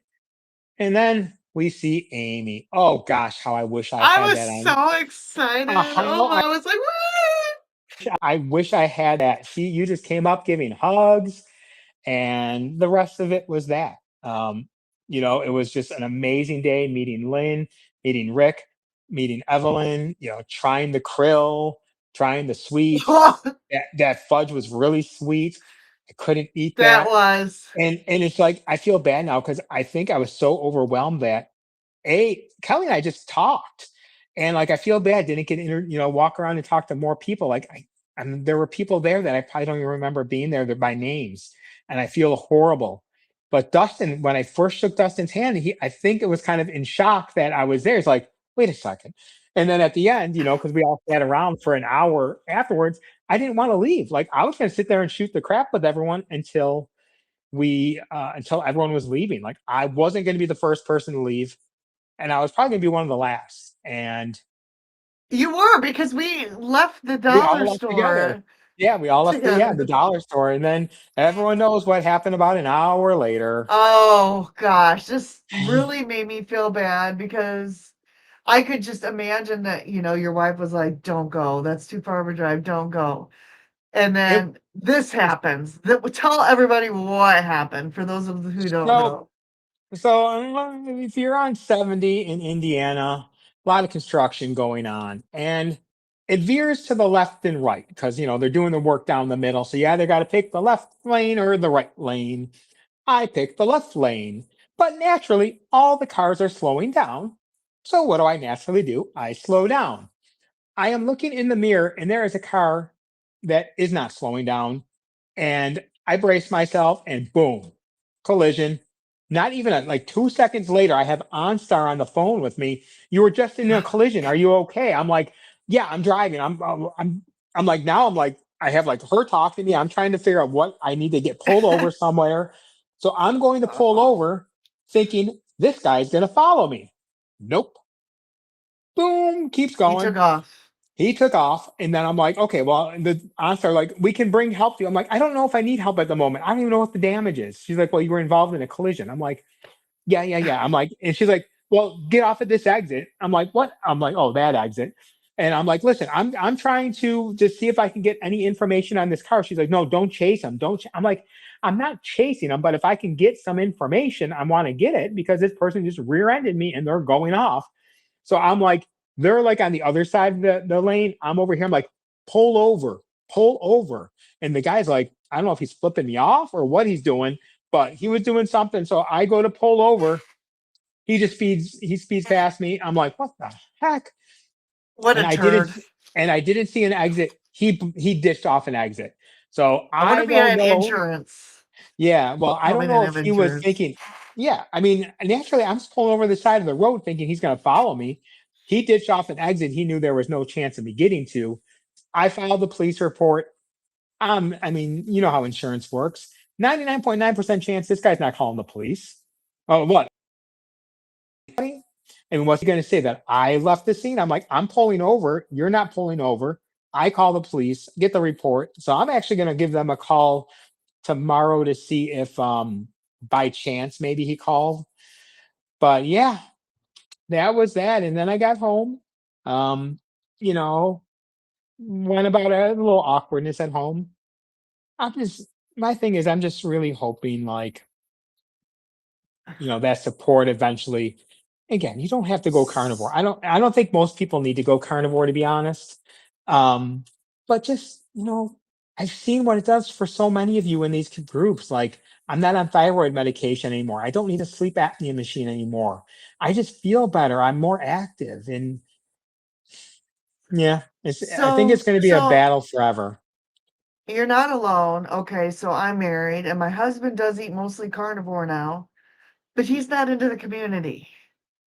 So, and now I'm kind of like this coach where I'm going to things like I'm going to Tampa by myself because he doesn't want to go with me. And so now I have to navigate, and I don't like driving. And he was a truck driver, so he's an expert driver. Um, I was gonna have to go to Chicago on July 25th, but that got canceled. And I hate driving to Chicago. I'm telling you, I would never drive in New York City. And Chicago's a close second to me for that. But sometimes I can go in a happy place and just do it, but I hate it. And so it's just like I understand this, like where they're supportive of the diet, right? But there's this whole other part of this. There's this community that helps us keep on track, and it's amazing once you get into it, Mhm. right? So I have to drive to Yep. Louisville. Luckily, Jerry's going to be going with me. I love Jerry. And I'm trying to convince Lisa, who rode with me to Indy, I told her I could drive her. She's going, and she lives in Kokomo, which is on the way to Indy, which is on the way to Kentucky. Mhm. The other thing I'm planning on doing, and I know Ivy's here, and I know Ivy wants to plan a carnivore camping in Missouri, but I'm also going to plan, I'm going to call next week to Potato Creek State Park. They have cabins. They're $100 a night. So we can legit do a Thursday, Friday, Saturday, Sunday. And then I would also go an extra step and rent the pavilion, which would probably be about $400 or $500. The pavilion is a big structure. On Saturday. They have plugs for electrical, like smokers and Yeah. stuff like that. And we could have a big, like, meetup day. And then the other days, people could go canoeing, bike riding. There's all kinds of stuff, hiking to do their nature trails. So I'm really thinking of pulling the trigger. The issue with that is each cabin can hold up to 8. There's 2 bedrooms, but there's other rollaway beds. So it would be interesting how people would sleep. But once I pull the trigger on this, people would have to get their cabins pretty quickly because they book a year in advance. And I don't think there's any way like I could hold cabins or anything like that. So it's going to be one of these. Once I pull the trigger on this, we're all going to have to. So that's kind of what I have an idea for next Mm. year. Um, I, Well, I know that your mm. summers are crazy with, If I know far enough in advance, well, um, we're I'll know gonna far enough in we're advance. gonna know in the next month because I'm gonna call them and Nice. I'm gonna get all the reservations made. But that's kind of what I have planned for next year is a cabin retreat at Potato Creek State. It's funny, it's called Potato. A bunch of carnivores going to Potato Creek, right? We'll just put a like a steak sign or something over top of potato when we're there. That's all. So that's kind of what I have planned. And then Yeah. here's the funny thing though, like I asked my husband if he would do this with me. I don't think he'll go and stay the weekend, but I think at least he would take the truck and load up the smoker or load up all the stuff and drive me there on Friday and then come back and help me load everything up on Sunday. So he will at least do that. But he's like, I don't know anybody. I'm like, well, it's because you haven't met. If you came to these things, then you would know people, right? So, Yeah. I would so most likely be doing that one on my own, but yeah. it's okay. It's So okay. there's that. That's kind of what I'm planning because I feel like if you build it, people will come. What I will need help with is Maybe, though, like, I would really hope grandma would come because like she could be like the activities director for crafts. And like I wanna maybe we can get on. Hmm. theoretically I would like to have a schedule of okay, at 10 o'clock on this day we're gonna do a hike. At 2 p.m. on this day, if people want to go canoeing or kayaking, they can do that, right? Right. Canoes and kayaks. Maybe a guest speaker. Maybe we can find someone that would be willing to come. And maybe we could be speakers. True, we could be speakers. Yes, we could all be So maybe speakers. there could be a time period where we each get like a slot. I don't know about like a big name guest speaker. I don't know what that would take, right? I don't know what that would take to get a big name I guest think it would. speaker. I think it would take us just throwing it out there. Yep. So, but we'll see. That's kind of what I have planned. Oh my gosh. Your story is amazing. Oh, I gotta say hi to Carnivore. Wayne is in the house. Hi, Wayne. And Papa Carnivore showed up. And I do have several comments started here, Go like for it. 12. So let's go We'll through make it work. these.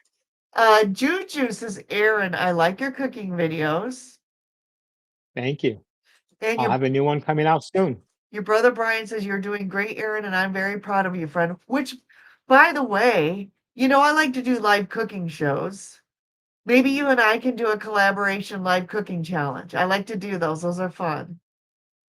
We could do something like that. Yeah. And MXTT704, hey, Aaron, dude, here to support you, brother. And then Yes. Carrie Thank you, always Matt. Carrie always tells a joke. So I love his jokes. What do you call a musical sausage? A sizzle phone. You're so funny, Carrie. And then he also says 20 days after he just had hernia repair surgery. So it's still gonna be tomorrow, will be the 3 weeks. Congratulations.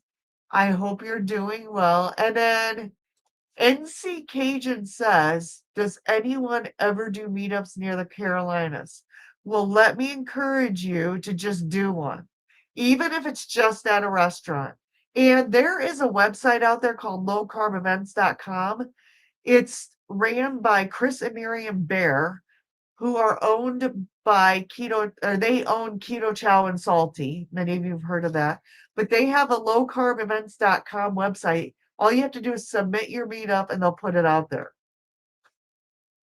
That's what Dustin did. Yep. And then just wherever you can, promote it on your socials. So Dustin told the story, but there was a lady, her name was Sandy. Remember when we were all standing outside? Mm-hmm. And she Oh, yeah. showed up, and she was local to Indy, and she showed up after the meetup. We were all just like standing outside talking, and she was late. And I'm just gonna say you can never be late to something like this, because even if you just get 30 minutes of just meeting people, right? It was so amazing. And did you hear Dustin told me this? I don't know if he told everybody else, but about he went to the post office, and Yeah. guess who was Yeah, he said that there? this morning. Yeah, Sandy. Yeah, he mentioned that. It's funny. And thinking for myself says I'm gonna cry. This is so touching. Aaron, you're inspiring people, whether you know it or not. Um, you're amazing, and I'm so glad that we met. I got some follow-up questions, but we got this last one. Yeah. Juju says, Aaron, isn't Josh Allen awesome? My favorite is from upstate New York. He plays for Buffalo, but he grew up in California. And who said that? I can't see. Who Her was name it? is Jemmet, but I call her Juju. Are you a big Josh Allen fan? If she answers yes, I'll message you separately for something. Okay. So you recently graduated from the Kilts Health Coach Academy. I did. What are your plans with that? Are you planning to coach people? What was your intention for that? When I first started it, actually Lance really gave me, I mean, I heard of it, but Lance was talking about how he did it just for the educational purposes to help his family. And that's where I kind of started it as well. Actually, I think I got your code from you at the point. Yeah, you I should have did. waited another month. I know. I'm sorry. And I'm doing the course, and the one thing I do, we'll get into Dr. Kils's group so late. I missed out on Dr. Nelson. He kind of was at the end there when he left. But so I did the course. It was very educational. And yes, I definitely do want to pursue the coaching. I definitely do. And I want to help people. And, I'm not a delusional person. I'm not going to become rich doing it. But, if I can do it on the side, help people. I used to look for health coaches in my area. I couldn't afford it. It was just ridiculous prices. So, I told myself when I did this, especially right after Healing Humanity, and that happened, I'm going to do this for people that can make it, that I can make it affordable. Like, yeah, I mean, your time is valuable. Yeah. Obviously, you see how much time you spend editing videos. I can't do it for free, but I'm going to be realistic. Oh, we forgot to go over something very important. I'm off all my diabetic meds. No more diabetic meds. And as everyone knows, I had that CAC score of 1400. Yes. Very bad. Very bad. I did a stress test. Everything's fine. I was asking for a phone call, so this assistant called me and said, "You can't come off your statins." I'm like, you know what? I get so confused with statins. What is it doing? Well, it's taking that soft calcium around your heart and hardening it. I'm like, wait a second. Isn't the calcium for because it's hardening? Yeah. I'm like, wait a second. So this is gonna, by me taking this statin, it's gonna keep going higher then, isn't it? Yeah.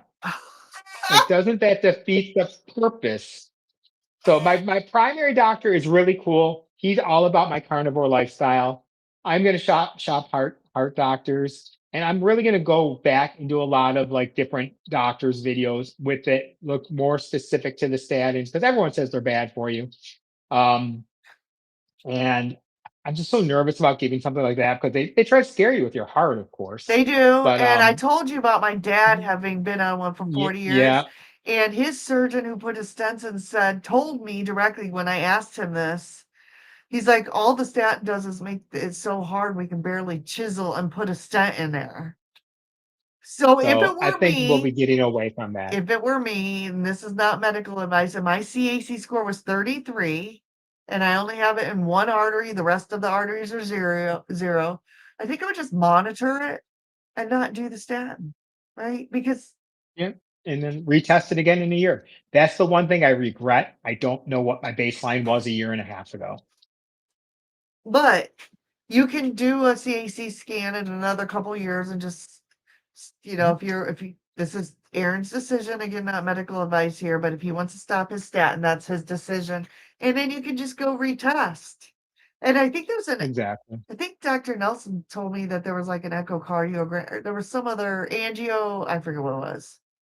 Some sort of, Yeah, they could do the angiogram where they actually like, they yeah, go up and look angiogram. like Yeah. I don't want to don't want to do that at this point, but we'll see. I'll get another score probably in a year and see because I'm gonna be a good patient. I will have my statins with me. There you We'll leave it go. at that. All you have to do is say, I take him everywhere I go. But Exactly. They're gonna always be with me. that's what Dr. Kiltz tells his heart doctor. I take them with me everywhere I go. And it's a zero copay for me, so just keep sending them. That's fine. Go ahead. Yeah. Yeah. You So, s- you said you had some questions here. What questions oh, you got for me? okay, that was one of them. Do you have any other additional meetups that you have planned in the future that you're going to? I was trying to make Keto Palooza work that weekend because I've learned that's only an 8 hour drive. I cannot, that one I legitimately Uh, cannot make work because, well, my daughter's going into her senior year and she has desires to play softball. But come October, there's a lot of different like camps that she can go to and do her college yeah, visits. So I would literally have to go to Louisville. I would have to leave Saturday morning very early to drive, pick her up, and then drive another like 4 hours to where we have to go that night. And that's gonna be, yeah, you know, that's a little bit tougher. I did actually was thinking about going to Meat Stock next year, but that's Mother's Day weekend. Not going to work for me. I'm just going to keep an eye out for different ones and just find what's like realistic. Like yeah, I'm also as much as I want to do these, my daughter's going to be going away to school. She's most likely going to be going away to school. yeah. So, You need to there's spend only so much more time, time. yeah, Mm, with her. and There'll be and I always feel bad about spending money on myself. Like I always, no matter what, I would rather spend money and do something like with my family, like let's go to the amusement park, let's do something. I just feel bad. I've always felt this way. Like I hate doing something for myself. But these last two things were things that I just literally told myself, you've got to do. yeah, There's no ifs, ands, or buts. yeah. But I will keep my eyes open. So the other thing I wanted to ask you is, okay, so tell everybody about these sardines and sardine feasts that we've been doing and how this got started and So yeah, so when I made that video a long time ago, I said I'm not going to eat these sardines, and then I started just seeing all the different sardine challenges that people were doing, the fasting or just eating sardines. So I tried them. To me, like a basic sardine just tastes like bad tuna. Um, but a while back I said, let me just see what a sardine. Let me try doing this for a couple of days, and I just felt amazing. I know. Don't get me wrong. Yes, I do a ton of sardine reviews. I have tons of cans, fancy cans, expensive cans. Not overly a big fan of them, but the benefit I get from them. So, like the first time I did a sardine fast, I did a 5 day, and I still keep. I don't do it perfectly clean. I still have coffee with cream, and but my ketones were unbelievable. My mental clarity was unbelievable, and but by that fifth day, like that first day, gun ho, give me 4 or 5 cans. Second day, give me 4 cans. Third day, 2 cans. And actually, because my numbers weren't, I just did a sardine fast with you guys. Day one, like the morning I started it, my ketones were only a point 0.4, and my Dr. Boz ratio was like 260 or something. I did the sardines, and I think that was the first day I did sardines, but I did like different ones, like with the like in the tomato sauce with very little of anything in it. And I did a can of cod. Next day, point 0.5. Did it again. Next day, point 0.5. My ketones weren't changing. I actually had a great conversation with Brian about it. He's like, just go to this last day and don't eat just eat the water sardines, Mhm. or like I had the ones in like the ones in lemon. And so I did that. Then I on Saturday I woke up and 1.2. So I was in the Dr. Boz ratio. So I'm taking it to that was the reason why, because I wasn't just having the regular just an olive oil or just water.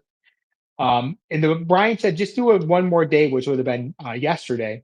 But I just actually fasted yesterday. I didn't want a sardine. My blood sugars were getting really low overnight. I tested my blood sugar this morning. It was a 57. Wow. And then with my, yeah, but I feel fine. But that with my ketones, I was a 23 Dr. Boz ratio. So, you know, Excellent. if you can get past the taste of them, the health benefit outweighs the taste for me. I've tried like I saw, was it Donna Ray, or no, Jerry did the sardine bread or something. Who did it? Was it Jerry? Just Jerry? It was that. Why It's can't I think of Jerry which or one of them did it? Aaron or I somebody. I don't No, know. no, one of them. I don't remember which one did it. But I tried doing the doctor, well, not doctor, Anita. Anita Breeze. She yeah, I tried doing her sardine waffle a while ago. It didn't turn out good. I hated it. I also kind of made a sardine patty one time, like you would make a salmon patty. I hated it. And now I know, I think it was Jerry who just did the video with it. I want to say yes, but if I'm wrong, if it was Donna Ray, I'm sorry. I want to say it was Jerry. And she made like a sardine flatbread. I'm like, no, I'm just gonna eat the sardine as it is meant to be out of the can. I'll eat the ones in butter and all that. I'm not cooking them. I don't. I threw away like a mini waffle maker. I just threw it away because it stunk. I'm like, forget it. I am just doing the sardines out of the can, maybe Yeah. some butter, hot sauce, vinegar, things like, yeah, okay, Jerry did it. But yeah, they're amazing. And I mean, the shortage of them is really crazy because it's become that online fad. Like I went the polar ones, the round, the thin tin that I just did. That is my favorite, next to like the real fancy ones. Um, and they had them at Walmart for a while. I wish I would have bought them more. Um, but yeah, I think I might not do as many challenges of it anymore, but just include them as a regular staple, instead of So maybe having yeah. lunch. So Brian kept like challenging me and challenging me. I'm like, no, because I like sardines, and I feel like if I do this 3 days in a row, I'm not gonna like them anymore, right? And Yep. by the third day, the first day they taste amazing. The second day they're okay, and then the third day I'm like, okay, I'm ready to not do it anymore. I But can't get one in. Yep. the thing that happened to me the first night, I ate only sardines and nothing else. I had 4 cans of sardines my very first day. I woke up, I lost 7 pounds overnight. There's no way I lost 7 pounds of fat overnight. That was inflammation, and I'm a carnivore. So guess what? I still Mm. am having problems with inflammation, and that's what's causing my pain, right? And my whatever.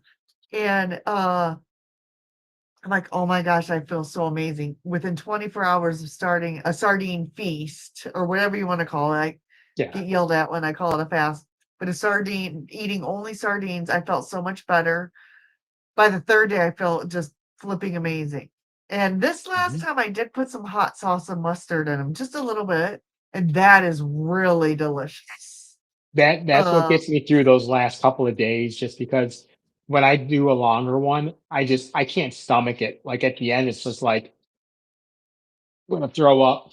But I started actually using even hot sauce, mustard, and then I actually started doing a little bit of apple cider vinegar because I saw a lot of people doing that, and that actually wasn't bad either. And salt, plenty of oh, salt. and I did this once too.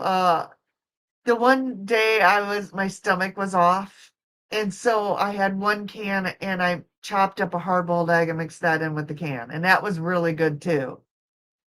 Did you So eat I'm them sure that's together? You put yeah. mix them? Oh, okay. See, I haven't done that. I have to smash up the sardines, like, I have to Mm. smash them so they're like tuna, and then I chopped up the hard-boiled egg and I mixed it all together, and then I realized that I may wanna try the ones in water because the oil, I think, is what you know I drain it. I drain all the oil. I don't eat the oil. The only time I eat the like everything out of the can is when I do the butter ones that I was telling you about. That one yeah. I'll do, but everything else I drain the oil. I don't eat all the oil. If I need a little more fat in my day, I'll just have a little bit of butter. But yeah, I don't get that far into it. The water ones, I've only found a couple of water ones that aren't too dry. But again, if those are the case, I add the mustard and I get through it. And it's everyone asks me, "Well, why do you like them?" I'm like, honestly, I really don't like them that much, but I love the benefit. I love how I feel. So if a Yeah, couple me times a month, too. I'll do a fast for a few days just to reset myself. And the first time I did it clean, that first time I was telling you about, like where I didn't really, I mean, I had a little coffee and cream, but I didn't do like any of the fancy ones. I just put a little mustard. I mean, I just felt great. I lost weight. I know. I that was the best result. And then, like everything else, like why do we stumble? Because we try to perfect it a little bit, or we try to mess with what works. Like, oh, maybe I can have these fancy ones with butter or flavoring. Mm, No, just no. eat the plain ones. That's what everyone was asking me. Did you do this or did you do that? I'm like, no, I just opened a can of sardines and I ate them, and it was easy. And I was like annoyed. Sorry if my husband's watching. I don't even know, but I was annoyed that I had to cook for him because I was like, oh man, I gotta cook for him, but I'm just eating sardines and it's so easy. You just open the can, drain them, and put them in a bowl, mash them up, and there's your Well, meal. and what I was shocked when I did the real clean sardine fast is my numbers are just as good if I do a fast. Like if I tried doing that 72-hour fast a couple weeks ago with Lance, and I only made it 60 something hours. I couldn't make it in 72. I tried. But even when I do a fast for a few days, I like good fast, like even stay away from coffee. My numbers doing a strict sardine fast, like just the water or oil and drain the oil. My numbers get better doing that than doing a traditional fast. I don't know why, but they do. Well, and so for me, the last 72-hour fast I tried to do, I think my ketones got so high, like 5 or 6. They got in the 5 or 6 range, and my glucose was like 53. Now, I've had my glucose in the 50s before and I felt fine. But I think because my ketones were so high, I got sick. Like I had to lay, I was trying to work and I thought I was gonna vomit and I was like laying down and I made it to 60 hours. I didn't make it 12 hours more, but I had to eat and then I was messed up for 3 or 4 more days. I didn't feel good. Mm. So the fact that I can now do a sardine fast or feast, sorry, sardine feast and not have to put myself so high, you know what I'm saying? Like I'm still eating, it's still eating, but you get good results from it. It was amazing. Hmm. So I think I'm gonna Yep. do this like twice a month now too, just as a reset, like you said. Yeah, so it's a great way to reset, and I find it easier than doing a regular fast. But now after like this week's experiment, when I was trying a couple of the fancier ones, I know I just have to like keep it simple. I can still have my little cream in my coffee, but just keep it olive oil or water. Yeah. Mustard's fine. I can do the mustard, hot sauce. That stuff's fine. But I think I just tried getting too cute on this one, thinking, oh, I can just make it easier by eating these ones in tomato sauce or hot, those things. So it's a what I love about this stage of where I am. It's a learning process. It's a puzzle. I have to figure out, like, now that I'm in the gym more, like, what's my fat and protein ratio? Like, I stalled forever and I cut back my fat. And by cutting back fat, what that meant was I stopped adding like extra butter to stuff. Hmm. I stopped adding like, I mean, I eat my dairy and my cheese, but I stopped cooking in bacon grease. I actually gave up bacon for a while and I went to more leaner meats and the weight started shedding off again. It just started shedding again. And now I'm kind of at another stall, but now I'm just like, okay, well, I can't really cut anymore. I don't know where I'm going to go. So now I think it's just my body adjusting to I'm going to the gym, building muscle, losing fat. I'm gonna obviously gain weight with muscle because a pound of muscle, is gonna Right. take up less space. So it's a game. It's a great game. And that's kind of like what I want to do with the coaching is like I want to help people, but let's find what works for you. It's what works for me might not work for you, Amy, and what works for you may not work for Brian. And it's Exactly. Exactly. everyone's on a different, we're all at different stages. And what's great is in these communities, everyone's been to that stage at some point in time or another. So we can always give great ideas. Whether or not it works, Mhm. that's another story. But we all have great ideas we can run by each other. And like I said, I owe that all to Mr. Brian Airy. It's gonna go to his head now. Yeah. I can see it. I can see it now. Ugh. Oh my gosh. Brian's infectious, though. He's just another incredible human being. He Brian's just is. story is amazing. It And is. It really is. Thursday So night is at yours. Yeah, but Thursday at 6, Brian's gonna tell his story one more time, but from a different perspective. We are not going through Brian's story as we've heard it and everything. So we're gonna attack it a little bit differently. And so, where is this story going to be told, Aaron? We've already did the story once. We did a nice long interview. It was an hour and a half that we did. And I'm sitting here trying to edit it. And as Brian and I can do, we got off topic quite a bit. Well, Brian got off topic quite a bit. So we are actually at Thursday at 6 p.m. Eastern time. We are going to go live and we're going to do the questions live. Um, I'm going to keep him on track this time. We're just going to hit some specific topics, and it's actually the first in an interview series I plan on doing with people like myself and Brian that have had weight loss surgery and that or even maybe considering it. So that's really like we want to put information out there for people um, who are in that same situation and trying to consider like keto, carnivore, because you know I can't eat the same way that maybe you can eat. You might be able to eat, or 12 eggs I and can eat a steak and bake. I I can't can do eat that a anymore. big meal. I I can. You can't. guys would be I like, "Is that really a girl eating like that?" I can eat a lot. I can put away a big ribeye, 4 eggs, a half a pound of bacon all in one meal. It's I disgusting. I Like, can I can I eat a can lot. push it. When I went to Healing Humanity, that was like the most I ate in one sitting. There was some good stuff there. Um, but that's what I wanted to do. And whoever wants to do the interview with me that's had the surgery or hasn't had it or just considering it, just because there's a lot of us that have had it and most of us are pretty far out.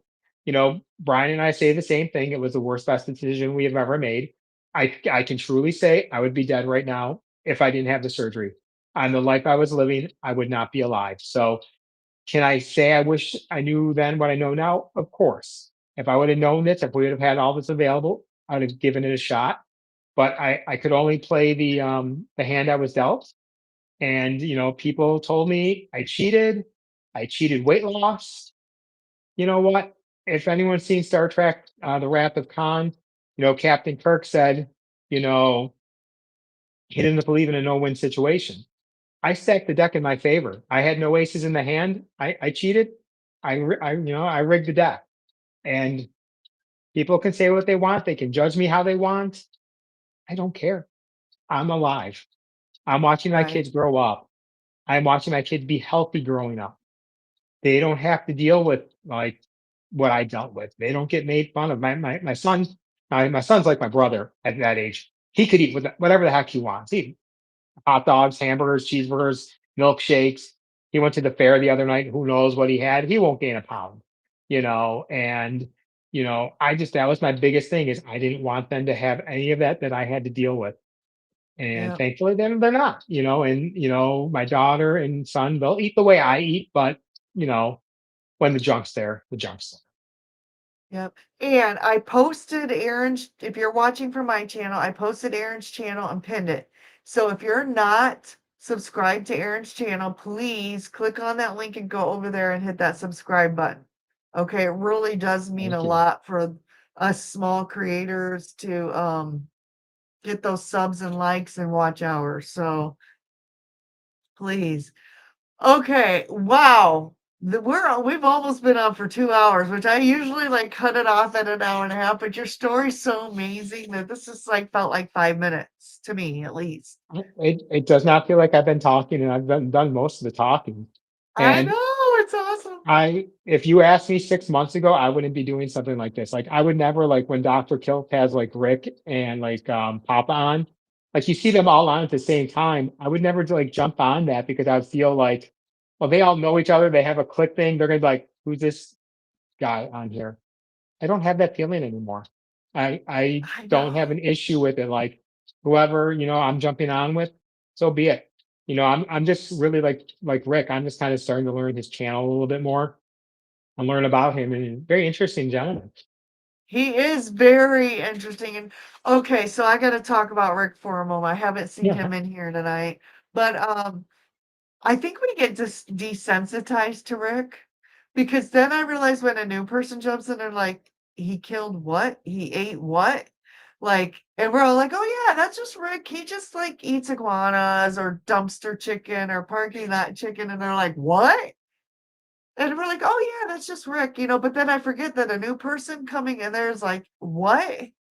yep. I'm So like, what like, the heck is it? I've heard of him. I'm just like, I don't want to like go in. I'm like, no, no. But now that I've been like going to more of these things where he's on, and even when I jump on with him, he's just a cool guy. He'll just talk to you. Like all that stuff that I like had fears of in the past are gone. Like I could just jump on with whoever that I've never met before and just have a yeah, conversation, like with Alia, Dave Mack, Carnivore Ron. right.